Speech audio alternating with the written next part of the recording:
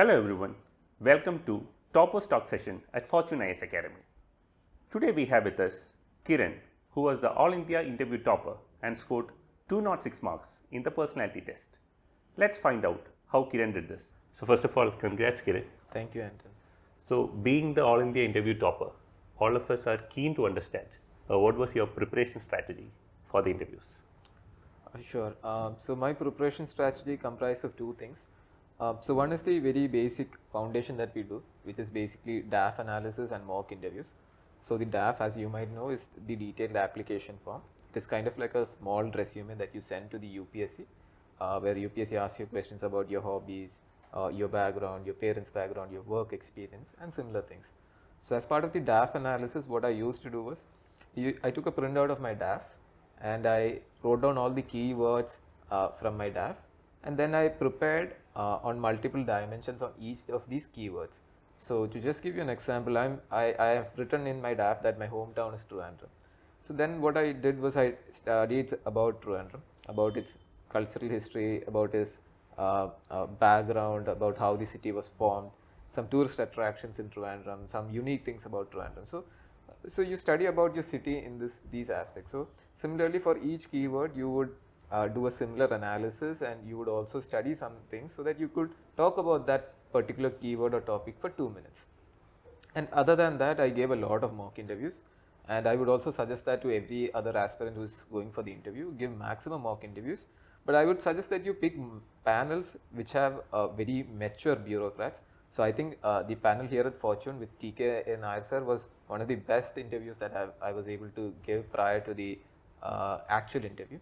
So those mature panels are very much similar to the actual UPSC interview, and gives you a lot of confidence as well as gives you a lot of insight on what you can do more to perform well on the interview day. And other than that, Imtiaz, one of the faculty here at Fortune, is a long-time friend of mine. So we share almost similar backgrounds. We are both from the same corporate company, and we used to work together. So I used to come here to Fortune and talk to Imtiaz on a daily basis for a couple of days, and he used to guide me a lot. So he would ask me questions and I would answer them, and he would provide me an alternative answer to each of these questions, which made me think on different aspects. So that really helped a lot, because I was doing this towards the end of my interview preparation, and I think that helped a lot to streamline a lot of content and thoughts that I had. Great. So how did the actual interview go? Was it along expected lines, or was there some unexpected questions, and how did you handle the unexpected questions? The actual interview had both of these.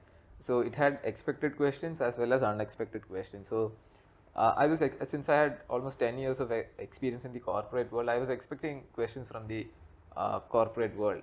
But what they made me do was they made me compare between two of my employers, and then they made me superimpose this difference on government institutions and do an analysis there.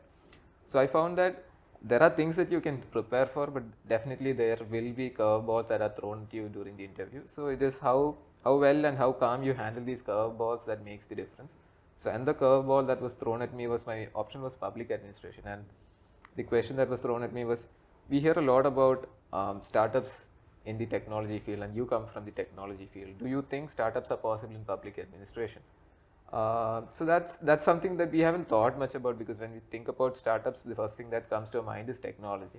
But I said yes, that startups are possible in public administration, and then we discussed upon that, and we spoke about how passport verification need not be done by police and can be outsourced to startups in public administration, so that frees up police. So it's about how you improvise your knowledge in the given situation and apply it to the question. So I think we all have the requisite knowledge. It's just a question of presence of mind and staying calm in the process.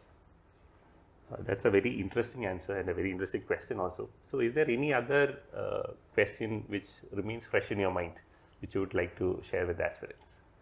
Yeah, so maybe I'll bust one more myth here. So everybody thinks that you need to answer all questions to top the interview.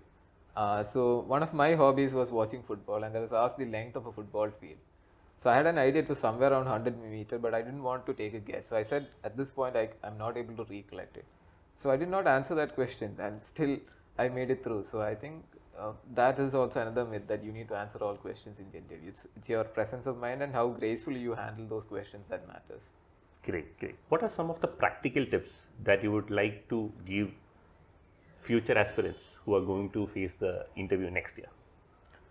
So we spoke about how we can develop content and how we can prepare for things that we're going to speak at the interview. But one more important aspect that I want to highlight here is how you turn up for the interview. So you should be well groomed.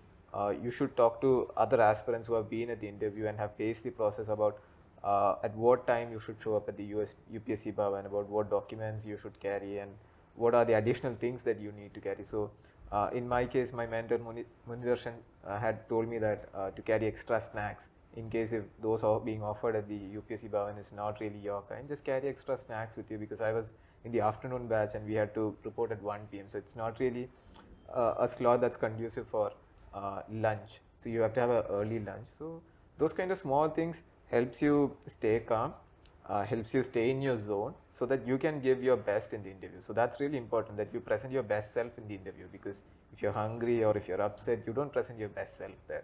So do whatever it takes to present your best self there. And one more additional thing that I want to add here is, I think in the last mock that I gave at Fortune IAS Academy, the panel had asked me to take down my mask. So I requested the panel that they allow me to give this interview with the mask, because I had read in many of the transcripts that the panel was asking the candidates to keep their mask on after the initial verification. So I was able to give a interview here with the mask, and my actual interview was also given with a mask.